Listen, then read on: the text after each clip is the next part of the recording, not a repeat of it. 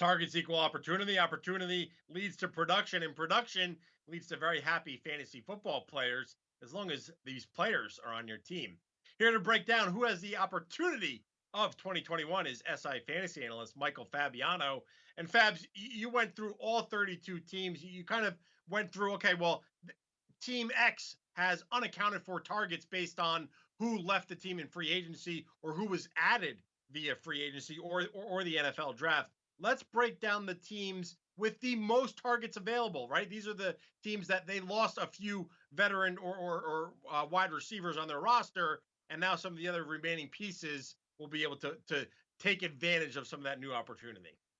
Well, number one is the Detroit Lions, and that should be a surprise to no one. You lose Kenny Galladay, who averaged 6.4 targets a game last year, only had 32 targets because he was injured most of the year. Marvin Jones, 115 targets that are going to be vacated from Detroit's roster. Danny Amendola had 69 targets last year. He still remains unsigned. So the Lions have a lot of opportunities. Here's the problem, Bill. The guys that they brought in are not exactly sexy from a fantasy football standpoint. Tyrell Williams, journeyman, no targets last year. He was hurt. Brashad Perriman, journeyman. He had 59 targets last year. Amon-Ra St. Brown, okay, maybe, but he's a rookie. So we don't know if he's going to put up any kind of significant numbers. The Lions just don't have anyone at wide receiver who's going to excite fantasy managers. St. Brown, because he's a rookie, will probably be the first guy picked off of this roster, but I don't know that any one of these wide receivers will be more than a wide receiver 4 or 5 from a fantasy football standpoint. Maybe the biggest winner is TJ Hawkinson because he's destined to lead this team in targets with Jared Goff under center. I'm glad you said that he's destined to lead them in targets because I thought I was crazy thinking that Hawkinson could lead them in targets and lead them in catches. I think he could be their most productive. Well, he was second in targets last year. Yeah, he was second at 101 behind Marvin Jones, and Jones had 115. So no Jones, no Galladay, no Amendola. Hello, TJ. And then also with AJ Green leaving the Bengals, that opens the door for rookie newcomer Jamar Chase to have a good opportunity in 2021. And call me crazy, but in my recent update on the rankings, which you'll be able to find at si.com/fantasy later this week, I've got Jamar Chase in my top 20 wide receivers. I'm drinking the Kool-Aid, I guess, right? But AJ Green leaves behind 104 targets. T. Higgins had 108 targets last year. Tyler Boyd was at 110. All three of these players are going to have 100-plus targets. Giovanni Bernard left. That's going to be more for the backfield situation. And Joe Mixon, 59 targets for the runners. I think Mixon's a big winner during this offseason for the Bengals because they really didn't do anything.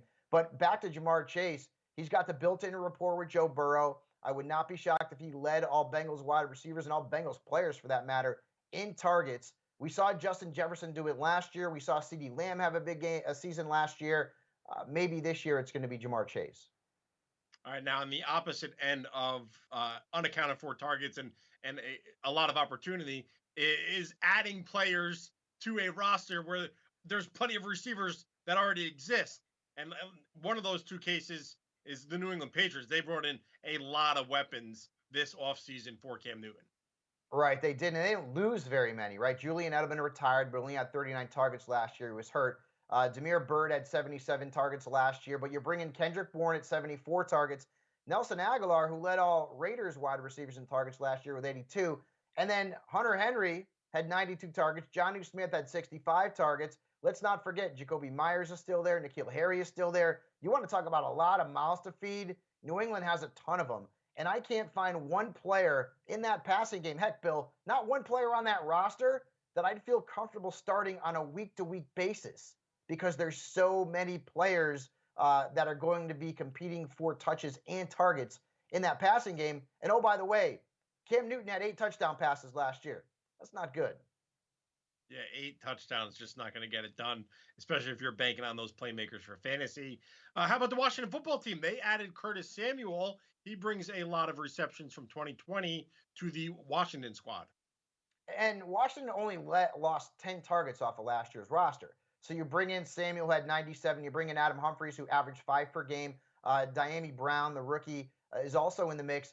But I don't know that this is going to significantly hurt anyone. Terry McLaurin's going to get his. I feel like Curtis Samuel will be the number 2 wide receiver without question for Washington there. and they'll both benefit from Ryan Fitzpatrick being under center. I don't think Logan Thomas is going to lose a lot of targets as well. I just don't think a guy like Humphries will be targeted a ton, and Brown probably not going to see as many opportunities as a pass catcher as well. I think maybe the player that hurts the most is J.D. McKissick, who had over 100 targets last year out of the backfield. I don't think he's going to reach that mark again in 2021.